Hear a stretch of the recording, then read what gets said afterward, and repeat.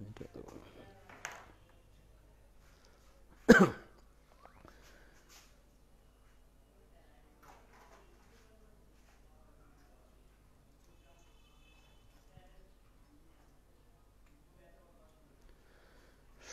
শিক্ষার্থীবৃন্দ, তোমরা কেমন আছো? আশা করি পরম করুণাময়ের অশেষ কৃপায় সকলেই পরিবার পরিজন নিয়ে সুস্থ আছো। বজরা বহুমুখী উচ্চ বিদ্যালয় সরকার নির্দিষ্ট নিয়ম মাফিক অনলাইন ক্লাস চলছে প্রতিনিয়ত। তারই অংশ হিসাবে আজ 5-10-2020 আমি রবীন্দ্রপ্রসাদ দেবনাথ তোমাদের সাথে নবম ও দশম শ্রেণীর বাংলা দ্বিতীয় পত্র নিয়ে আলোচনা করব। আজকে আমাদের যে পাঠটি নিয়ে আমরা আলোচনা করব, পাঠটি হচ্ছে শব্দের শ্রেণীবিভাগ। তোমরা ইতিমধ্যে ষষ্ঠ থেকে নবম শ্রেণীতে যারা আছো সবাই কম বেশ শব্দ সম্পর্কে বিভিন্ন ধারণা লাভ করেছ। তারপরও এই বিষয়টা আরও জানার আছে বলে আমি মনে করি, তাই আমি আজকে এই বিষয়টা নিয়ে বিস্তারিত আলোচনা করব। আশা করি তোমরা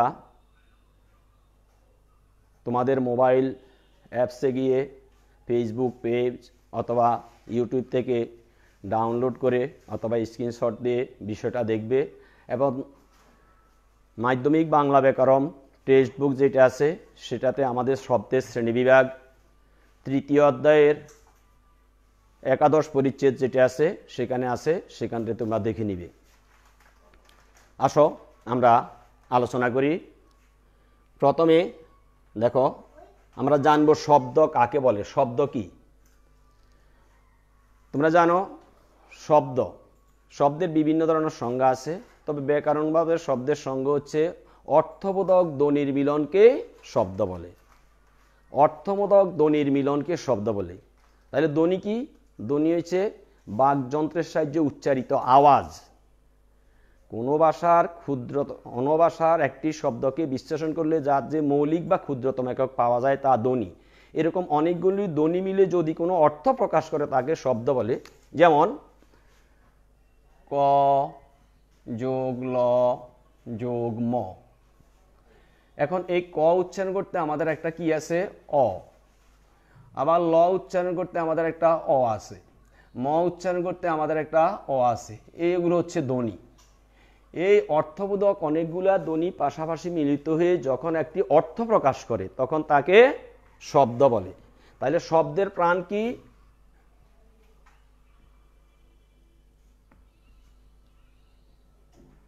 শব্দের প্রাণ হচ্ছে অর্থ।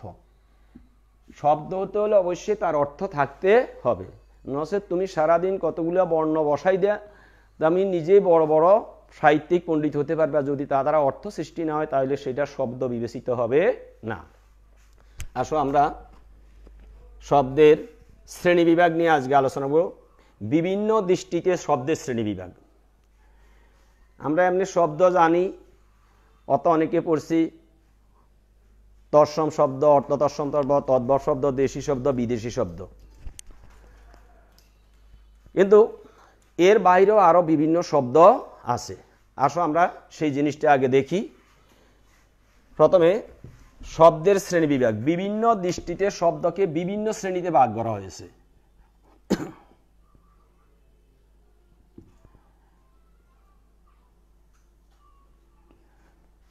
প্রথমে হচ্ছে গঠনমূলক শব্দ।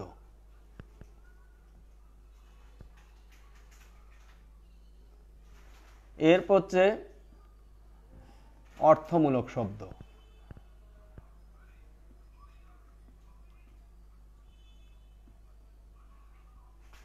এরপর হচ্ছে উৎসমূলক শব্দ।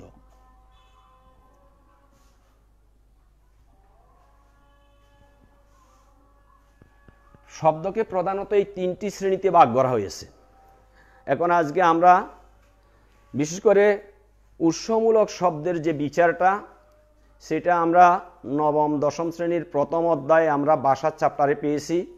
সেগুলো হচ্ছে তৎসম, অর্ধতৎসম, তদ্ভব, দেশীয়, বিদেশি। আজকে আমরা গঠনমূলক শব্দ এবং অর্থমূলক শব্দ নিয়ে আলোচনা করব। যদি সময় থাকে আমরা উৎসমূলক শব্দটা তোমাদের দেখাবো। আসো এবার গঠনমূলক শব্দ। গঠনমূলক শব্দ আবার দুই প্রকার।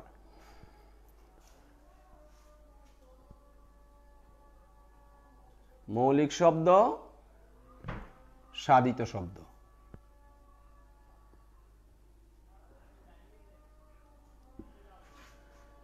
আবার অর্থমূলক শব্দ তিন প্রকার: যৌগিক,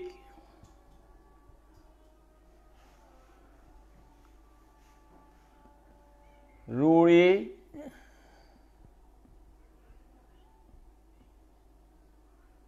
যোগরূঢ়।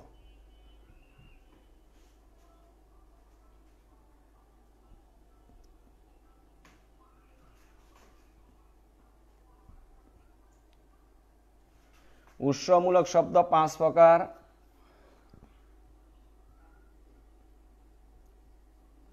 তৎসম, অর্ধতৎসম,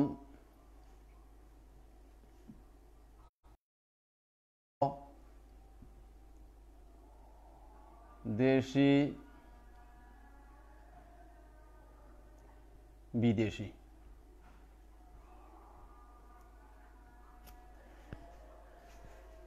প্রথমত আমরা তাহলে কি পড়লাম? শব্দকে বিভিন্ন দৃষ্টিকোণ থেকে বিভিন্ন আঙ্গিক বিচারে তিন ভাগে ভাগ করা হয়েছে।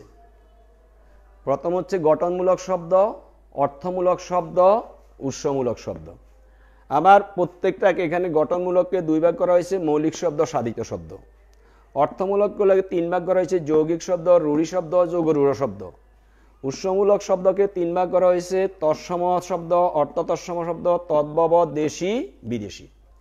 আসো প্রথমে আমরা গঠনমূলক শব্দ নিয়ে আলোচনা করি।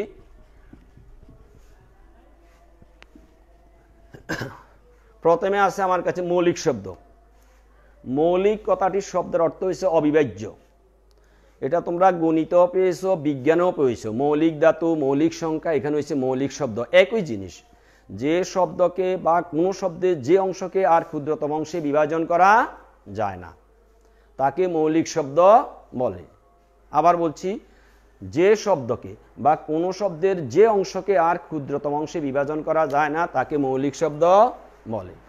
যেমন মৌলিক শব্দের উদাহরণ আমরা দিতে পারি, যেমন হাত। আমার হাতে কি আছে? কলম। যেমন এই কলম। যেমন আমি দেখলাম গোলাপ। এই শব্দগুলোকে বাংলে আর কোনো নতুন শব্দ সৃষ্টি হবে না, কারণ হাত শব্দটি বাঙাইলে তুমি বর্ণ পাইবা, ধ্বনি পাইবা, কিন্তু নতুন শব্দ হবে না যা দিয়ে আবার নতুন করে অর্থ সৃষ্টি হবে। তাহলে এইভাবে অসংখ্য শব্দ যেগুলা আছে সেগুলা বাঙানো যায় না, বিশ্লেষণ করা যায় না, তাদেরকে মৌলিক শব্দ। খুব সাধারণ জিনিস, সিম্পল জিনিস। তোমরা গণিতের ক্ষেত্রে আসো, যে সংখ্যাকে এক এবং সেই সংখ্যা ছাড়া অন্য সংখ্যা দ্বারা বিভাজন করা যায় না সেটাই মৌলিক সংখ্যা। যে ধাতুকে বিশ্লেষণ করা যায় না বা যা বিশ্লেষণ করলে অন্য ধাতু পাওয়া যায় না সেটা মৌলিক ধাতু। তো বাংলা শব্দের ক্ষেত্রেও একই অবস্থা। ক্লিয়ার ব্যাপারটা? দেখো, এরপরে আসো আমরা সাধিত শব্দ। মৌলিক শব্দ ছাড়া যা আছে সবই সাধিত শব্দ। অর্থাৎ তাইলে কি বুঝলাম? যেগুলাকে বাঙানো যাবে, বিশ্লেষণ করা যাবে, বাঙাইলে আরো শব্দ সৃষ্টি হবে, তাদেরকে আমরা সাধিত শব্দ বলি। মৌলিক শব্দ ছাড়া যত শব্দ আছে, অর্থাৎ আবার পূর্ণাঙ্গভাবে বললে যে শব্দকে বাঙালে বা বিশ্লেষণ করলে আরো অংশ পাওয়া যায় সেগুলাকে সাধিত শব্দ আসে। এবার দেখো সাধিত শব্দের অবস্থানটা। যেমন আমি একটা শব্দ লিখলাম হাতল। তাহলে এই শব্দটারে আমরা বাঙালি কি হয়? হাত যোগ ল। তাহলে এখানে পূর্ণ একটা শব্দ রয়ে গেল আমার। হাতল থেকে হাত আসছে, আবার ল হয়েছে, তাইলে হাত এখানে নতুন একটা শব্দ থাকার পর একটা বর্ণ সৃষ্টি হয়েছে। আবার আমরা দেখলাম যে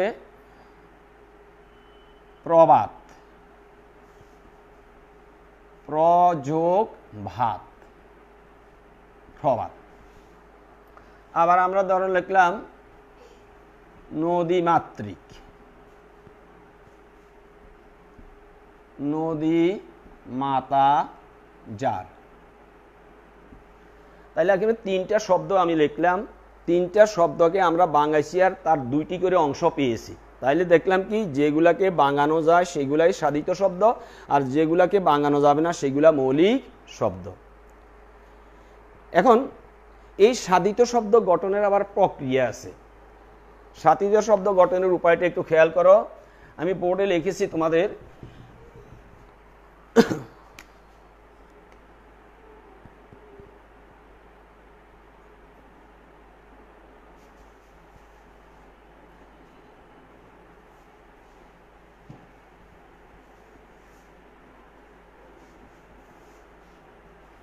সাধিত শব্দ তিনভাবে গঠিত হয়। একটা হচ্ছে প্রত্যয় সাধিত, একটা হচ্ছে উপসর্গ সাধিত, একটা হচ্ছে সমাস সাধিত। প্রধানত এই তিনটি উপায়। এছাড়াও আরো বিভিন্ন উপায় আছে। দুইটি মৌলিক শব্দ যোগ একটি শব্দ গঠিত হয়, আবার সন্ধি সাহায্য শব্দ গঠিত হয়। তো ব্যাকরণে এগুলা বিবেচ্য বিষয় নয়। ব্যাকরণে প্রধানত সাধিত শব্দ গঠনের উপায় তিনটি বিবেচনা করা হয়। একটা হচ্ছে প্রত্যয়, একটা হচ্ছে উপসর্গ, একটা হচ্ছে সমাস। ইতিমধ্যে তোমরা উপসর্গ সমাস আমরা ক্লাসে আলোচনা করেছি, বুঝেছ। তারপর আমি সংক্ষেপে বলি। দেখো এখানে একটা জিনিসের সমস্যা হচ্ছে, দেখো এই শব্দটা এবং এই শব্দ হাতল এবং প্রবাদ দুইটার মাঝখানে যোগ চিহ্ন আছে। সাধারণত যোগ চিহ্নের সাহায্যে আমরা যখন করি ব্যাকরণে তখন আমরা সন্ধি বলি। তাহলে সন্ধি, প্রত্যয় এবং উপসর্গ তিনটেই যোগ চিহ্ন দিয়ে করা হয়। তাহলে এখন কিভাবে বুঝবো এটা প্রত্যয়, এটা কিভাবে সন্ধি, এটা কিভাবে উপসর্গ? বিশেষ করে প্রত্যয় শব্দের পরে বসে, উপসর্গ শব্দের আগে বসে। প্রত্যয়েরও নিজস্ব অর্থ নাই, উপসর্গেরও নিজস্ব অর্থ নাই। অন্য শব্দের পূর্বে বসে, একটা হচ্ছে যে বর্ণগুলি অন্য শব্দের পরে বসে নতুন শব্দ গঠন করে তাদেরকে আমরা বলি প্রত্যয়। যে শব্দগুলি মৌলিক শব্দের পূর্বে বসে নতুন শব্দ গঠন করে তাদেরকে বলি উপসর্গ। আর অর্থ সঙ্গতি বিশিষ্ট কয়েকটি পদ এক পদে মিলিত হওয়ার পদ্ধতিকে বলে সমাস। তাহলে এখন তোমরা লক্ষ্য করো, প্রথম আমরা শব্দটি আছে হাতল। হাত যোগ ল, এখানে আমরা কার অর্থ পাই? কি হাতের অর্থ পাইছি না লর অর্থ পাইছি? আমরা স্পষ্ট বুঝতে যে হাতের অর্থ পাইছি। ল একটি বর্ণ, হাত দ্বারা আমাদের দেহের একটি অঙ্গকে বোঝানো হয়। তাইলে আমি আগে বলছি আগের অর্থ আছে, পরের অর্থ নাই। এইভাবে যদি থাকে তাহলে সেটা হচ্ছে প্রত্যয় সাধিত শব্দ।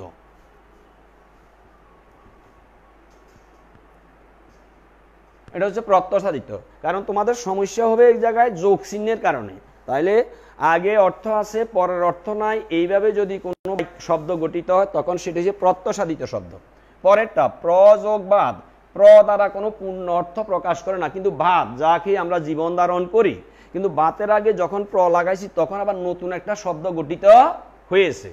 তখন বুঝাইছি এটা আলোকিত সময়, ভোরবেলা, প্রভাত। তাইলে এখানেও কি পরেরটার অর্থ আছে, আগের অর্থ নাই। তো আগে অর্থ নাই কিন্তু অন্য শব্দের পূর্বে বসে যদি নতুন শব্দ গঠন করে তখন আমরা তার নাম দিলাম উপসর্গ। উপসর্গেরও নিজস্ব অর্থ নাই, প্রত্যয়েরও নিজস্ব অর্থ নাই। পার্থক্য, উপসর্গ আগে বসে, প্রত্যয় পরে বসে।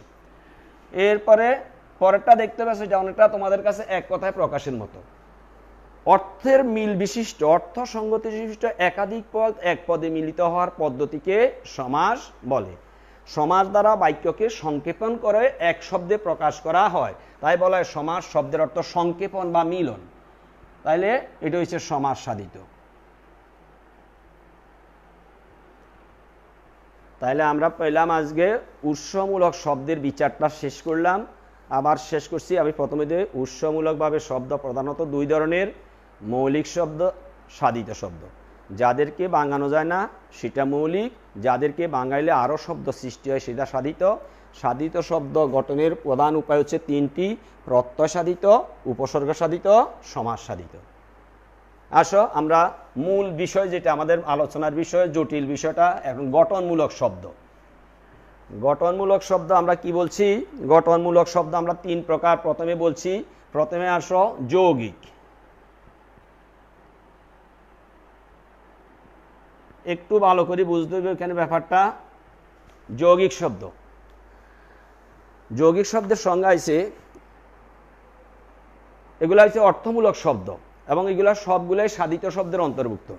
বলছে যেসব শব্দের ব্যুৎপত্তিগত অর্থ এবং ব্যবহারিক অর্থ এক, কি বলছি, ব্যুৎপত্তিগত অর্থ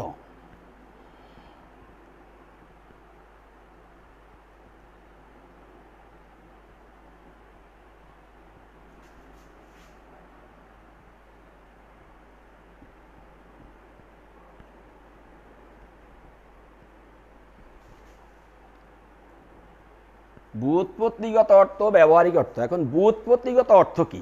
ব্যুৎপত্তিগত অর্থ হচ্ছে আবিধানিক অর্থ। একটা শব্দ যখন বাক্যে ব্যবহৃত হয় তখন দুই অর্থ প্রকাশ করে, একটা হচ্ছে তার মূল অর্থ আর একটা হচ্ছে ব্যবহারিক অর্থ। যেমন আমরা অরণ্যে রোদন একটা শব্দ বলি প্রায়, অরণ্য শব্দের আবিধানিক অর্থ হচ্ছে বন, রোদন শব্দটা হচ্ছে কাদা, কিন্তু আমরা যখন বাক্যে প্রয়োগ করি তখন এটাকে আমরা বলি নিষ্ফল আবেদন, বৃথা চেষ্টা। তাহলে এটা হচ্ছে তার ব্যবহারিক অর্থ আর এটা হচ্ছে তার আবিধানিক বা মূল অর্থ। তাহলে একটা শব্দ যখন তার ব্যবহারিক অর্থ এবং আবিধানিক অর্থ বা মূল অর্থ অথবা যে রয়েছে ব্যুৎপত্তিক অর্থ একই হয় তখন তাকে যৌগিক শব্দ বলে। যেমন উদাহরণ দেখো, গায়ক একটা শব্দ, এটারে বাঙাইলে হয় গই যোগ নক, সংস্কৃত বাংলায় অক, গই যোগ নক বা অক, গায়ক। তাইলে গায়ক শব্দের অর্থ কি? যে বা যিনি গান করেন। আর গই যোগ নক গায়ক, এটার অর্থ যে গান করে। তাইলে আমরা কি পেলাম? শব্দের আবিধানিক অর্থ বা ব্যুৎপত্তিক অর্থ এবং ব্যবহারিক অর্থ দুইটাই এক। এই জাতীয় শব্দগুলোকে আমরা বলবো যৌগিক শব্দ। যেমন আমরা লিখলাম দহিত্র একটা শব্দ, তাহলে এটা ভাঙানো যায়। এগুলা সবগুলা সাধিত শব্দের অন্তর্ভুক্ত, কারণ প্রত্যয় সাধিত শব্দ দুহিতা যোগ স্ন বা অ।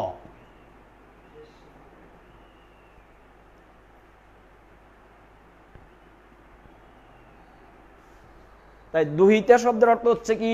কন্যা।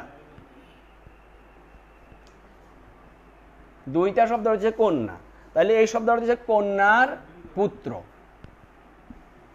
আর দহিত্র নাতি। তাইলে আবিধানিক অর্থ ব্যবহারিক অর্থ দুইটাই এক। এই জাতীয় শব্দগুলোকে বলবো আমরা যৌগিক শব্দ। এরকম আরো শব্দ আছে, যেমন বাবুয়ানা, বাবু যোগানা, বাবুয়ানা, এগুলা সবগুলা প্রত্যয়সাধিত শব্দ। এটা আমরা অন্যভাবে বলছো যে সমস্ত প্রত্যয় যোগে গঠিত হইয়া প্রত্যয়ের অর্থ এবং আবিধানিক অর্থ এক না হইয়া ভিন্ন হয় তাদেরকে যৌগিক শব্দ বলে। তাহলে ব্যাপারটা গেল এটা। এরপরে রূঢ়ি শব্দ।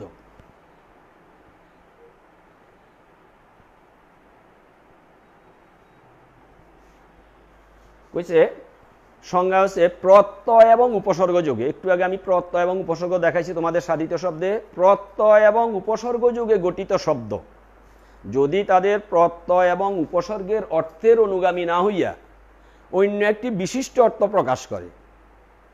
আবার বলছি, যে সমস্ত শব্দ প্রত্যয় এবং উপসর্গ যোগে গঠিত হইয়া প্রত্যয় এবং উপসর্গের অর্থ না বুঝিয়ে অন্য একটি বিশিষ্ট অর্থ প্রকাশ করে তখন তাকে রূঢ়ি শব্দ বলে। যেমন ধরো আমি লিখলাম হস্তি একটি শব্দ, এটাকে যদি আমরা বাংলায় এটার প্রত্যয় সাধিত হচ্ছে হস্ত যোগ ইন, এটা প্রত্যয় হচ্ছে হস্ত যোগ ইন। তাহলে আসো অর্থ, হস্তি মানে কি? একটি প্রাণী, হাতি বিশাল দেয় একটি প্রাণী বা পশু। বিশাল দেয় একটি প্রাণী, একটি পশু। আর হস্ত অর্থ কি? হাত আছে যার। তাইলে শব্দের প্রত্যয়গত অর্থ এবং আবিধানিক অর্থ কি এক না ভিন্ন? আমরা দেখতে পাচ্ছি ভিন্ন। এটার অর্থ হচ্ছে হস্ত মানে হাত, হাত আছে যার, আর হস্তি বলে। কিন্তু হাত থাকলে কি হাতি? তাইলে আমরা মানুষরা তো একটা হাতি নাকি? তাহলে আমরা মানুষটা হতে চাই, কিন্তু হাত থাকলে হাতি হবে এমন কোনো বৈশিষ্ট্য নয়।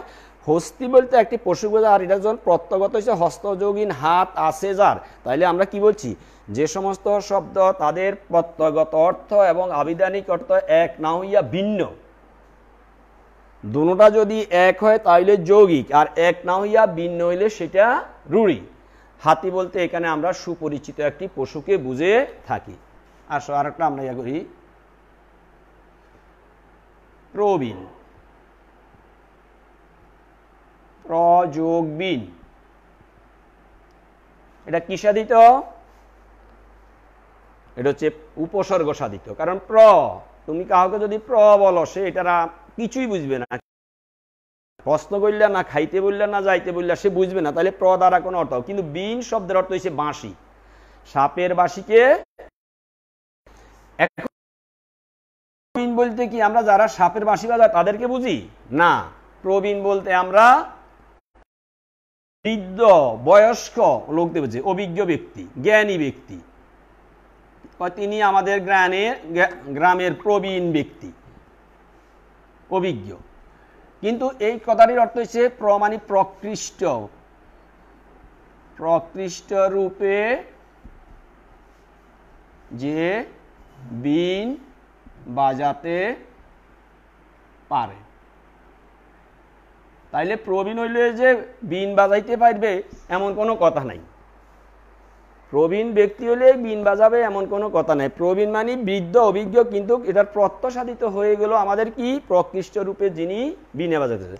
যেমন আমরা একটা বলবো গবেষণা,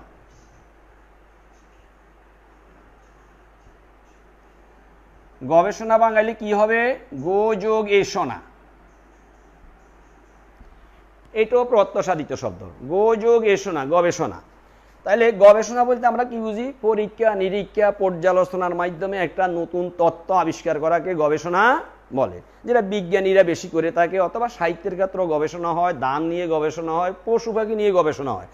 কিন্তু গোযোগ এষণা, এটার শব্দটা হচ্ছে গো অর্থ গরু, এষণা অর্থ খোঁজা। তাহলে আমরা কি বুঝলাম, কেবল গবেষকরা শুধু গরু খুঁজে নাকি? না, গবেষণার সাথে গরু খোঁজার সাথে কোনো মিল নাই। কিন্তু এখানে প্রত্যগত অর্থ এবং আবিধানিক অর্থ ভিন্ন। তাই আমরা বলছি, দুইটা বোর্ডে আছে দেখো, আগেরটার প্রত্যয় অর্থ, আবিধানিক অর্থ দুইটাই এক, এই কারণে এগুলো যৌগিক শব্দ। আর প্রত্যগত অর্থ এবং আবিধানিক অর্থ যদি এক না হইয়া ভিন্ন ভিন্ন হয়, তখন তাদেরকে রূঢ়ি শব্দ বলে। নেক্সট, যোগরূঢ় শব্দ।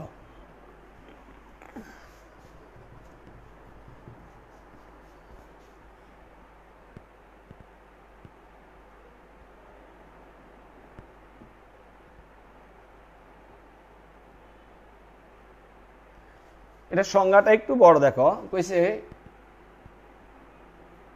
সরি, সমাস নিষ্পন্ন যে সকল শব্দ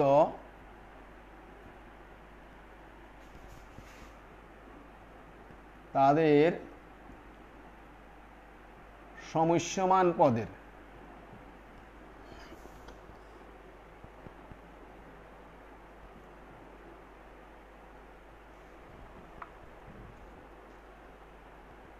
অর্থের অনুযায়ী না হয়ে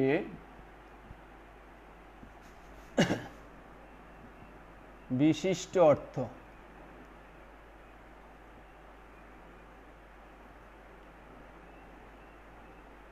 প্রকাশ করে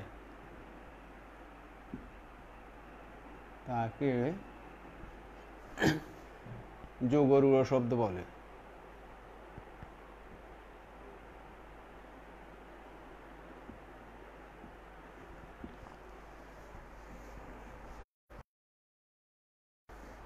কি বলছে, তাহলে যোগরূঢ় শব্দগুলা কি সাধিত, সমাস সাধিত।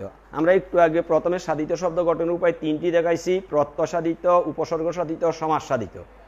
সমাসটা হচ্ছে কেমন, অনেকগুলি পদ মিলে একটি নতুন অর্থবোধক শব্দ গঠিত হয়। সমাসের চাইতে বাক্য সংক্ষিপ্ত হয়। তো বলছে সমাস সাধিত যে সমস্ত শব্দ বা সমাসযোগে গঠিত যে সমস্ত শব্দ, যেমন একটা শব্দ আমরা দেখি, যেমন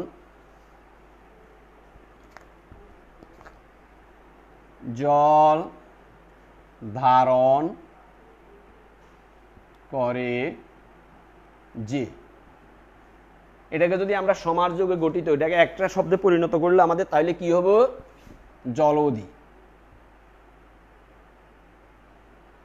তোমরা সমাস করতে খেয়াল করেছ, আমরা যখন বলছি সমাসযোগে যে একটি গঠ গঠিত হয় তাকে সমস্ত পদ বা সমাসবদ্ধ পদ বলে।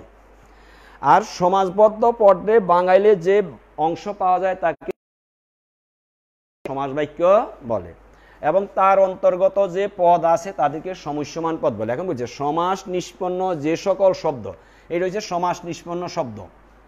এটা কিভাবে গঠিত? সমস্যমান পদ, যে জল ধারণ করে যে, এই সমস্যমান পদের অর্থ আর যদি সমাসবদ্ধ পদের অর্থ এক না হইয়া বিশিষ্ট অর্থ প্রকাশ করে তখন তাদেরকে যোগরূঢ় শব্দ বলে। সে বিশিষ্ট অর্থটা কি? যেমন জল ধারণ করে, জল মানে পানি, আমরা যা বুঝি। এখন জল কিসে কিসে ধারণ করতে পারে বলে তোমরা মনে করো? পুকুরে, নদীতে, পাতিলে, কলসিতে, বিভিন্ন কিছুতে পানি ধারণ করা যায়। কিন্তু বাংলা সাহিত্যে জলধি বলতে শুধু হয়েছে। জলধি বলতে কাকে বুঝবো? শুধু সমুদ্র।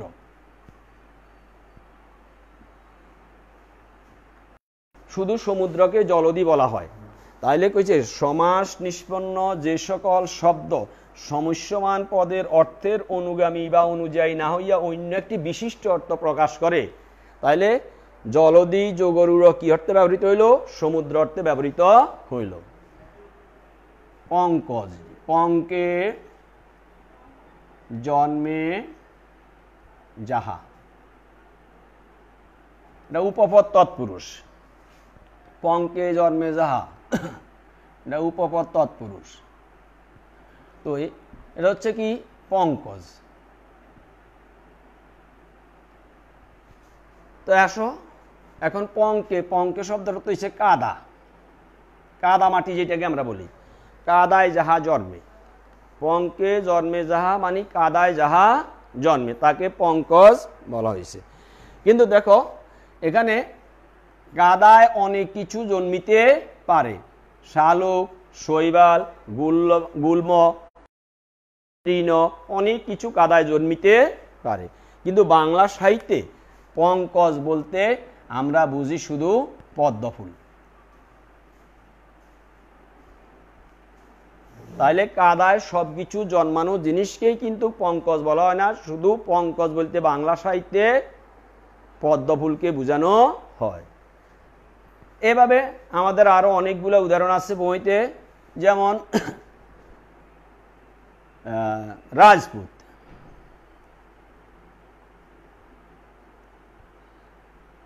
রাজপুত, তো এটা ব্যাস বাক্য হিসেবে রাজার পুত্র, রাজার পুত্র রাজপুত, সমাস রাজার পুত্র রাজপুত।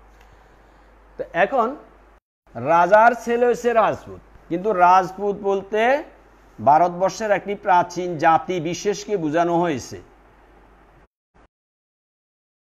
মানে একটা জাতি, জাতি বিশেষ। তো এইভাবে দেখবা সমাসযোগে গঠিত হইয়া যদি সমস্যমান পদের অর্থের অনুগামী না হইয়া অন্য একটি বিশিষ্ট অর্থ প্রকাশ করে তাদেরকে আমরা যোগরূঢ় শব্দ বলি। যেমন দশানন, দশ আনন যার। এখন দশানন বলতে এখানে দশ তো একটি সংখ্যা, আনন শব্দের অর্থ হচ্ছে মুখ, 10 মুখ যার। 10 মুখ বলতে এখানে একটা গড়ের 10টা দরজা বা জানালা করলে সেখানে 10 মুখ হইতে পারে। কিন্তু বাংলা সাহিত্যে দশানন বলতে শুধু রাবণকেই বোঝানো হয়। আমাদের আর একটা অংশ ছিল উৎস অনুসারে শব্দ। আমি আগে বলছি এটা আমরা প্রথম অধ্যায়ে আমাদের আলোচিত হয়েছে, প্রথম অংশে ভাষা চ্যাপ্টারে। তারপর আমি সংক্ষেপে বলছি, মাত্র 2 মিনিট তোমাদের সময় নিব। উৎস অনুসারে শব্দকে 5 ভাগে ভাগ করা হয়েছে: তৎসম, অর্ধতৎসম, তদ্ভব, দেশি। তৎসম মানে সংস্কৃত, সংস্কৃত ভাষা থেকে যে শব্দ সরাসরি বাংলায় এসেছে সেটাকে আমরা বলি তৎসম শব্দ। যেমন আমরা সংক্ষেপে পেয়েছি চন্দ্র, এটা সরাসরি সংস্কৃত থেকে বাংলায় এসেছে। হস্ত, এরকম। আবার অর্ধ তৎসমটা ঠিক এরকম, আদা, তৎসম মানে তার সমান, কার সমান? সংস্কৃতের সমান। চন্দ্র থেকে একটু পরিবর্তন হয়ে চন্দ বা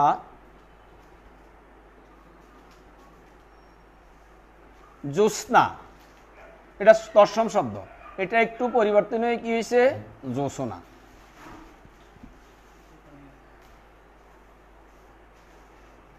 এটা হচ্ছে তৎসম, এটা হচ্ছে অর্ধ তৎসম।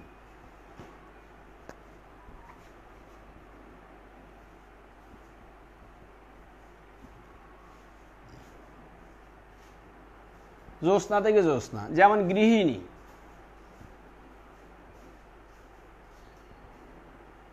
গিন্নি।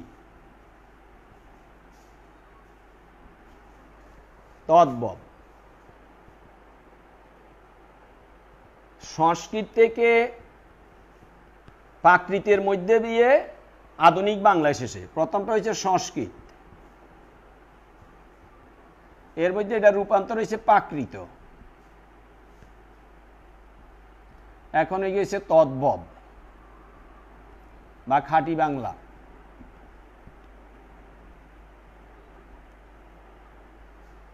তো যেমন একটা উদাহরণ লিখলাম, চর্মকার,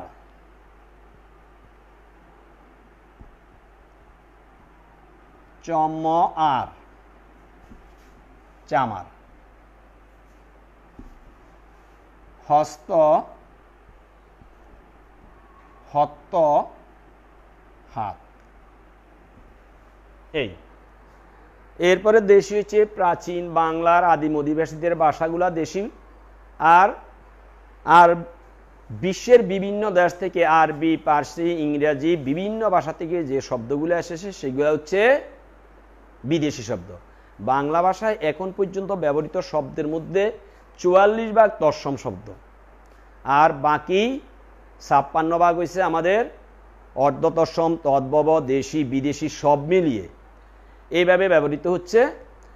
কারণ বাংলা ভাষার মূল উৎপত্তি হচ্ছে বৈদিক ভাষা বা সংস্কৃত ভাষা, এই কারণে তৎসম শব্দ এখনো বাংলায় প্রয়োগ বেশি।